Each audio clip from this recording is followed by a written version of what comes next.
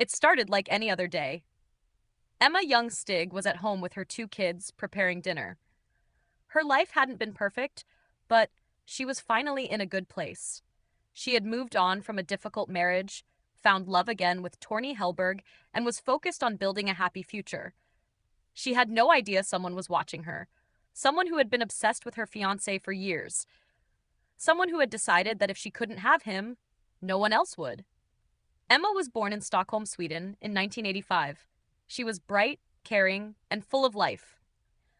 At 19, she married her high school sweetheart, Nicholas, and soon after, they had two beautiful children, Max and Saga. But being young parents wasn't easy. The stress, the arguments, the financial struggles, it all became too much.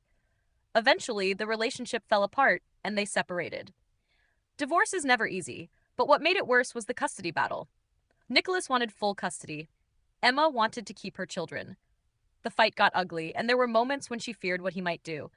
But life moved on. She met someone new, Torny Helberg. He was kind, understanding, and most importantly, he accepted her children as his own.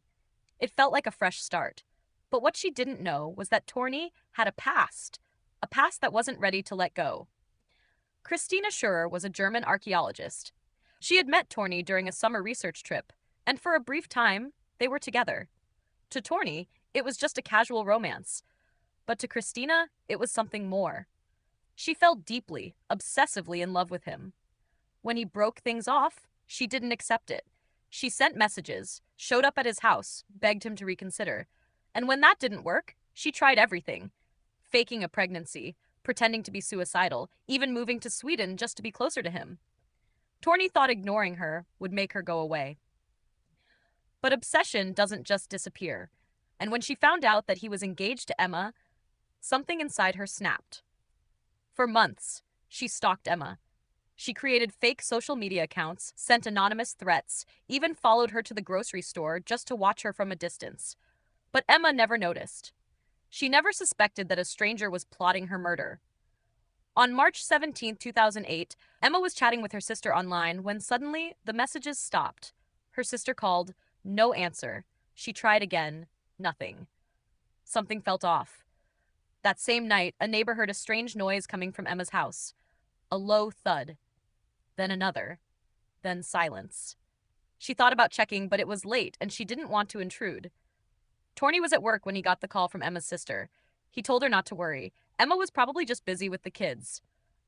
But when he got home later that evening, he immediately knew something was wrong. The front door was open. The house was a mess. Then he saw the blood. Emma and her two children were lying on the floor. Their faces were unrecognizable. They had been beaten so badly that even the detectives who arrived later said it was one of the most disturbing crime scenes they had ever witnessed. Somehow, Emma was still alive. Barely. She was groaning in pain, unable to speak. Torny called for help, but deep down, he knew it was already too late for the children. At first, the police looked at him. He was the stepfather, and statistically, in cases like this, the husband or boyfriend is often the killer. But his alibi was airtight. He had been at work the entire time, caught on security cameras. Then, they looked at Nicholas. The custody battle had been bitter. He had even threatened Emma before. But Nicholas was miles away that night. He had nothing to do with it. The case seemed to hit a dead end until a neighbor came forward. She said she had seen someone lurking outside Emma's house earlier that day. A small figure, dressed in black. Security footage from a nearby store showed the same figure, and when police showed it to Torny, his face went pale. That looks like Christina. By then, she had already fled back to Germany. But with the evidence stacking up, an international arrest warrant was issued. When the police finally caught up with her, she didn't seem nervous. She acted calm, polite, even charming. She denied everything. But when they searched her home, they found everything they needed. Blood-stained sneakers, the same brand and size as the ones that left prints at the crime scene. A laptop full of photos of Torny and Emma, like a shrine to their relationship. Internet searches on how to kill someone without leaving evidence. She had planned this for months.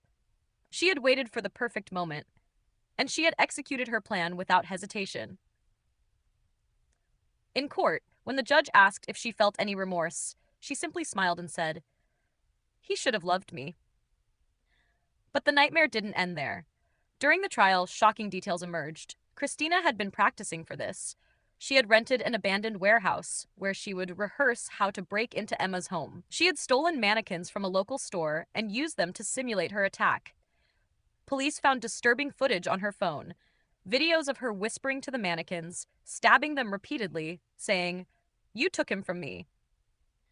Even after being sentenced to life in prison, she continued to send letters to Torney from her cell.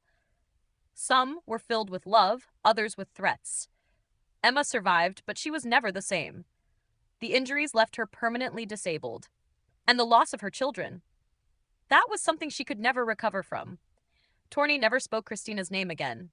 He moved away, changed his number, and tried to rebuild his life, but some wounds never heal. A love that turned into obsession, a rejection that turned into revenge, and a crime so brutal it left an entire nation in shock. It makes you wonder, how far would someone go for love? And at what point does love become something much, much darker?